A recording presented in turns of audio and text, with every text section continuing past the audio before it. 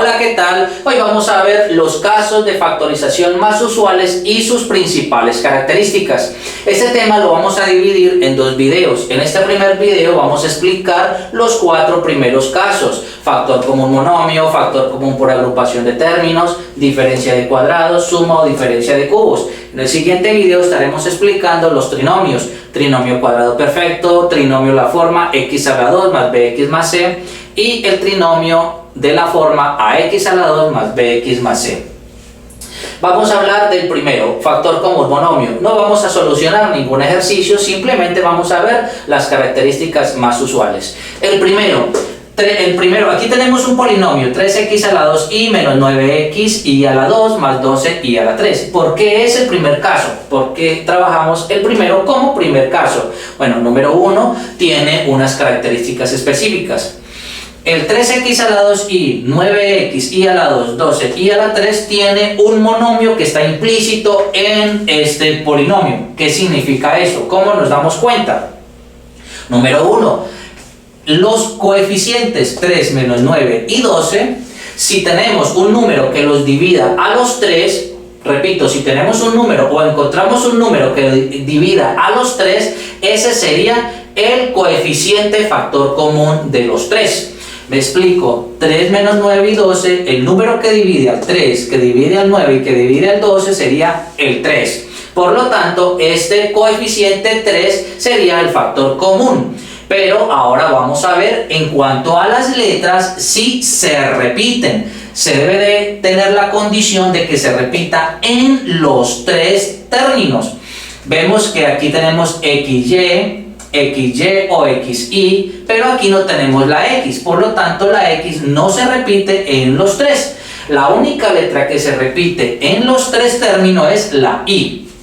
Entonces, en resumidas cuentas, tendríamos como factor común el 3, que es el número que divide a los 3, y la I. Pero la I o la letra debe ser con su menor exponente. En este caso el exponente sería 1. Entonces, vemos que la solución sería 3i, y luego, para sacar los otros términos, dividimos el primero entre el factor común, el segundo entre el factor común y el tercero entre el factor común. En los siguientes videos pues estaremos explicando la solución del primer caso. Vamos para el segundo caso, factor común por agrupación de términos.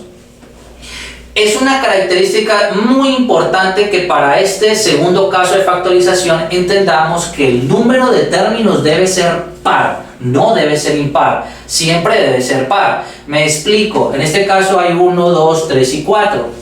Debe ser 4, 6 términos, 8 términos para poder aplicarle factor común por agrupación de términos. ¿Y en qué consiste o qué debemos hacer en este caso? Debemos agrupar, como su nombre lo dice, agrupación de términos. Debemos de agrupar. ¿Cómo agrupamos? El primero con el segundo, o el primero con el tercero, el segundo con el último, el primero con el segundo. Bueno, en fin, como pueda agruparlos, los agrupamos. De tal manera que después de agruparlo y aplicar el factor común monomio, debe salirme un binomio factor común. Y si eso lo logramos conseguir, entonces sería factor común por agrupación de términos. Vamos para el tercero, diferencia de cuadrados. ¿Por qué diferencia de cuadrados? Primero, porque es una diferencia o una resta. El signo de aquí debe ser negativo, el segundo signo. Muy bien, segunda característica. El primero y el segundo término deben de tener raíces cuadradas exactas. Vamos a ver, en este caso, 25, la raíz cuadrada de 25 sería 5. La raíz cuadrada de x a la 2 sería x. La raíz cuadrada de 36 tendríamos que es 6. La raíz cuadrada de y a la 2 sería y. Por lo tanto, cumple con las características este polinomio para trabajarlo como una diferencia de cuadrados. No lo podemos solucionar como un factor común por agrupación de términos, ya que tiene solamente dos términos. Y acá recordemos que hablamos de mínimo 4 términos y múltiplos de 2, 4, 6, 8, etc. Muy bien, diferencia de cuadrados. ¿Por qué no lo solucionamos como un factor común monomio? ¿Por qué no se soluciona como un factor común monomio? Vamos a ver, entre este y este no hay un número que se divida a ambos. Por lo tanto, no tendríamos un coeficiente factor común. Vamos a ver las letras.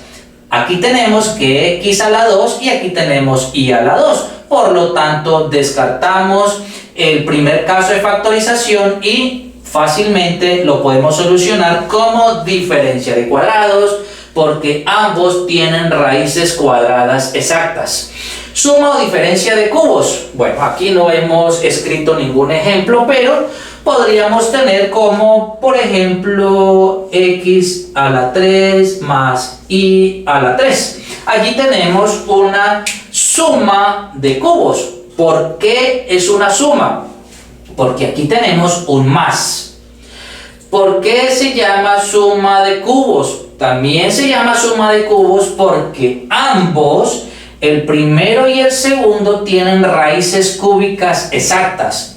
Raíz cúbica de x a la 3 sería x. Raíz cúbica de y a la 3 tendríamos que es y. Por lo tanto, lo solucionamos como suma o diferencia de cubos. En los siguientes videos vamos a hacer el paso a paso de cómo se soluciona. Otro ejemplo para este caso.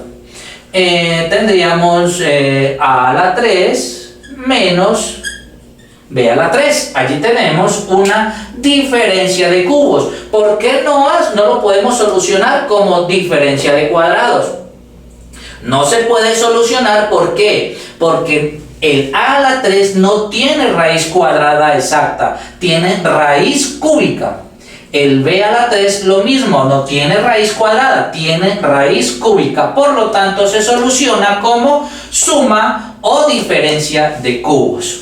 Bueno, pues también se van a encontrar ejercicios en los cuales se pueden combinar el segundo con el tercero con el cuarto y así sucesivamente. Pero la idea es que si entendemos cada uno de estos, sus principales características, a la hora de solucionar un polinomio podemos identificar a qué caso pertenece y cuáles son los pasos para solucionar ese polinomio. Eso es todo, nos vemos en la siguiente clase.